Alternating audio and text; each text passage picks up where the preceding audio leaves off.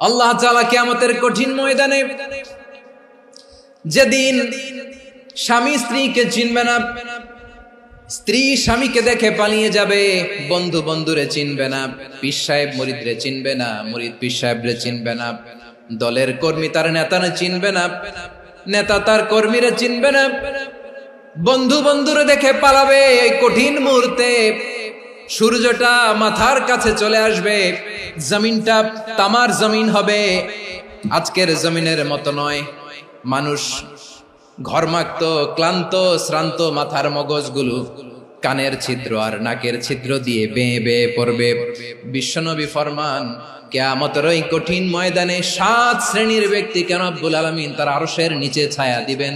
তার মধ্যে প্রথম শ্রেণীর ব্যক্তি হলো ইমামুন আদিল, যে ইনসাফের সাথে বিচার করে, যে জাস্টিস সমাজে সার্ভ করে, যে সুশাসন নিশ্চিত করে, ওই ইমামুন আদিল। আদিল শব্দটা বুঝছেন না? ইন্নাল্লাহা ইয়া'মুরু বিল আদল, পাইছেন? আদিল। 7 শ্রেণীর ব্যক্তিকে আল্লাহ তাআলা সুশীতল আরশের নিচে ছায়া দিবেন, যেদিন তার দেয়া ছায়া ছাড়া কোনো ছায়া থাকবে না। এর প্রথম হচ্ছে ইমামুন আদিল, ন্যায়পরায়ণ শাসক। চিল্লায় বলেন সুবহানাল্লাহ। আবার বিশ্বনবী বললেন, ইন্নাল মুকসিতিনা ইনদাল্লাহি আলা মানাবিরা মিন নূর আন ইয়ামিনির রহমান। কিয়ামতের দিন যারা ন্যায় পরায়ণ হিসেবে আল্লাহর সামনে দাঁড়াবে, কিয়ামতের দিন রব্বুল আলামিন তার আরশের ডান দিকে ওই ন্যায় পরায়ণ লোকদের জন্য আরশের ডান দিকে একটা নূরের মিম্বারে তাদেরকে বসার সুযোগ করে দিবে।